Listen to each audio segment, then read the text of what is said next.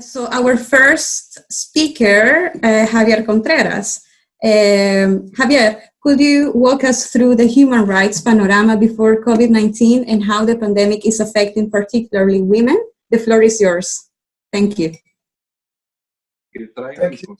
I would like to give my thanks to the Dundee University for this special opportunity to talk with you about the violence against women panorama during COVID-19. And my special thanks also to Evelyn that has made a marvelous work in organizing this event. So, okay, I'm going to start my presentation. Can we move to the next slide? Okay. Could we, yeah, thank you. Okay, so one of the issues that has worried human rights defenders in Mexico during the pandemic and has a very important discussion in the media is violence against women. And it has been a topic that has been discussed a lot also in the national conferences with the president and also treated in the vespertine talks with the health secretary. But this is a very complex topic, and to understand the complexity of it, we need to understand some of the context before COVID and during COVID. So the first thing we need to know about violence against women is that Mexico faces an old-rooted problem with generalized violence and the normalization of it, not only against women, but the cult of violence in general. So we have a really, really big trouble with it. And we cannot address violence against women without acknowledging that it is embedded within a bigger spectrum of generalized violence. So this is a very first topic, and I need to get clear. But we also have another problem. So we go to the next one. That is that we face as every part in the world, but especially in Latin America, it's a big issue, a lot of gender inequality. So we have serious problems to break these walls that separates the opportunities to men and women, and this provokes also worst scenario that can provoke violence against women. Okay, so we can go to the next one. Okay, and the next one. Okay. Okay. Let's move to the next one. Okay.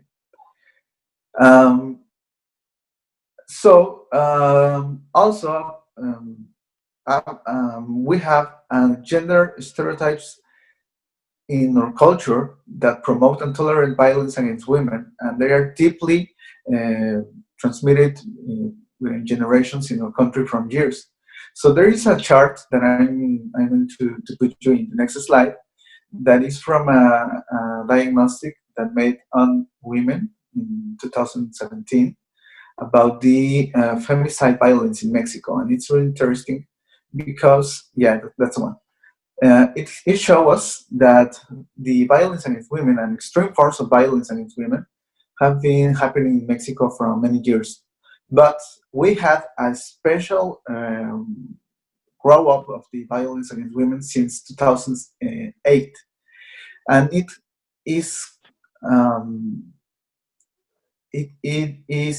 coincident with the beginning of an event in Mexico that we know today as the war against drug trafficking.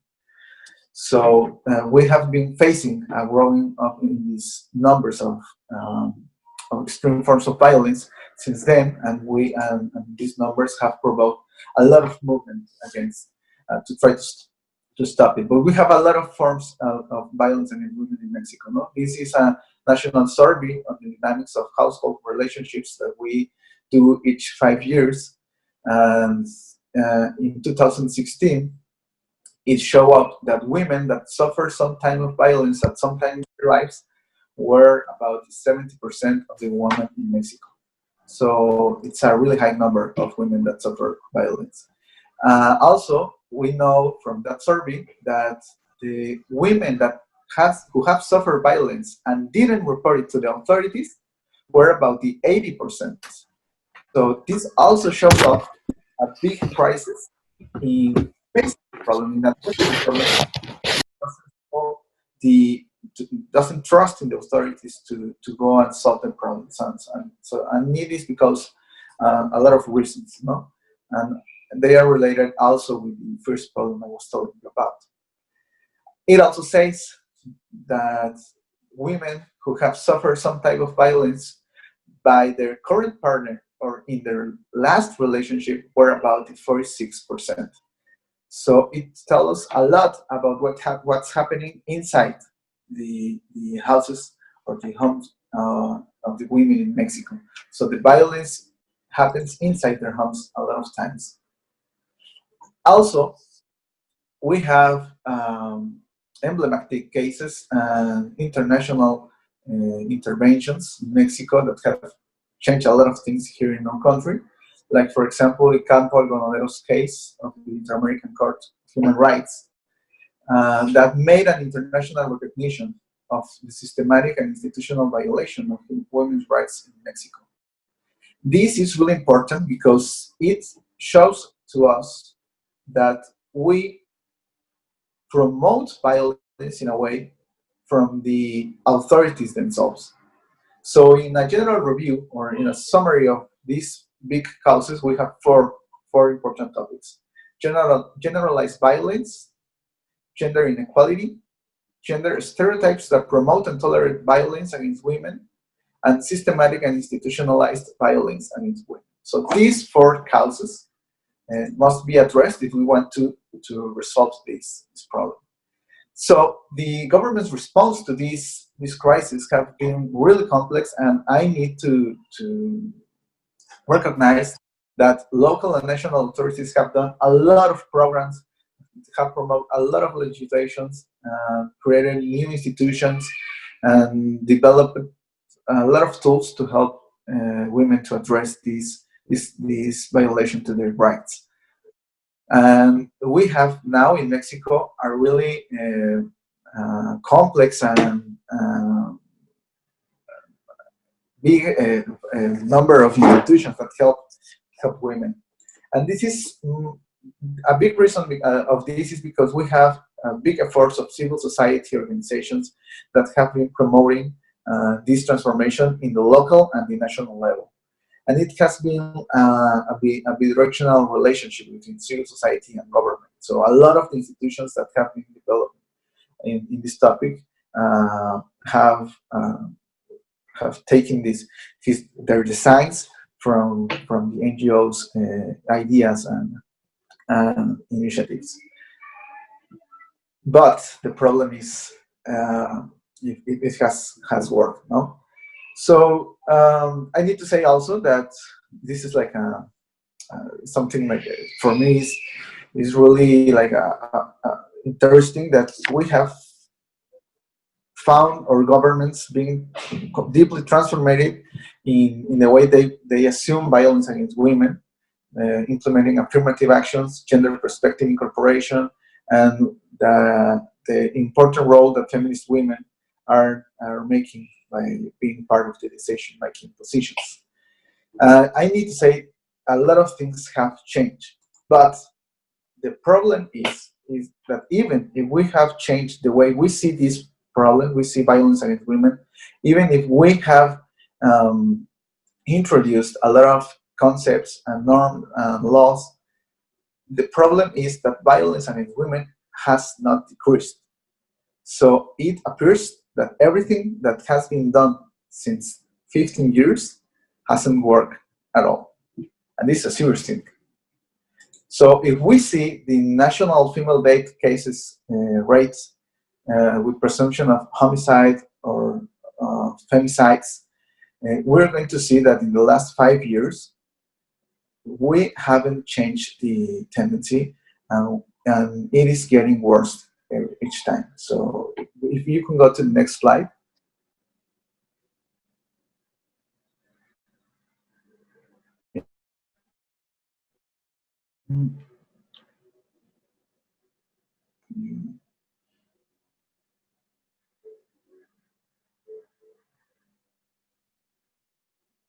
Okay.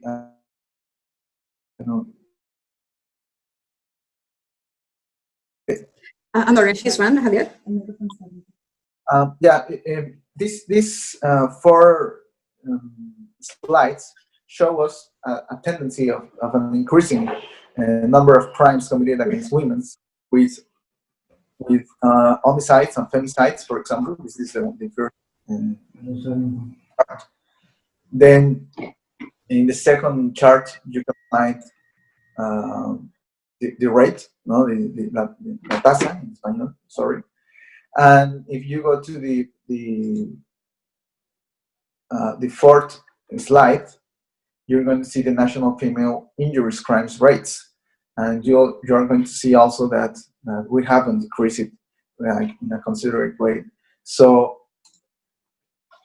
the feminist movement in Mexico is claiming us that we need to provoke a real strategy that could help the women and could save the women and guarantee them their access to a life without violence. But we have these two very specific cases that happened this year: Ingrid Escamilla case and Fatima Alviguet case, a little girl whose femicides were really a bomb in the media, because they showed a lot of the problems that we are facing in the justice administration when these terrible tragedies happen. So it provoked that in the March of the 8th of March of the Women's Day in Mexico, we had an unprecedented congregation of women in all the country. And this event, this march, really set a big statement to a lot of people, not only to the government, but to the country as a society, that we need to change our cultural view of the problem. We need to change the forms that we are using to address the situation, because we are not solving the problem. And it was really interesting because the women got out their cities. They went to the streets as we have never saw it in any other movement. And just after this great movement and this took off the cities, we entered to the COVID-19 politics and all this great crisis of public health that is making us to stay in our homes. So it has been like a really big contrast, no, of in the same month seeing these two different great events in Mexico's history. So what is happening right now with the COVID-19 strategy from the federal and local governments? I think my partners are going to talk much more about this. I'm trying to give you more like an overview of the problems with violence against women, but we do have a national strategy that is every day at 7 o'clock being informed to the people. This person, the character, Hugo López-Gatell, being the representative, the speaker of the government, to try to articulate all the efforts of the government, even the related violence topics. And we have a great and big federal coordination to have a lot of tools and information to spread to the people. But and also we have some specific strategies on public policies that have been directed to attend violence against women. And we have national campaigns. We have focus in empowering and helping to improve the services that could help them in taking care of themselves in the social distancement measures. But if we remember the four causes that that provoke violence against women in Mexico, we can see that in this moment, these 4 causes have reasons to increase, because organized crime continues to operate despite social distancing measures, because women's work makes them more vulnerable to the pandemic, so they are it's more probable that they are the ones that have to continue going to work because the work distribution in Mexico, because victims stay longer in the same place as their aggressors most of the times, and because government offices, lockdown, and austerity measures have provoked that difficulties to attend violence against women in this scenario. So it has been an increasing in the rates of crimes in the quarantine, in the pandemic duration in Mexico. So we have, in the comparison between femicides from January to March in 2019 and 2020, it has been an increasement of 1.7%. We have also an increasing in the homicides. We have also an increasement in crimes against liberty and sexual integrity. And we have a very big increasement in the emergency calls related to incidents of violence against women. So we have a 66% of increasement, so it's really big. And we have received pronouncements of international organizations about this topic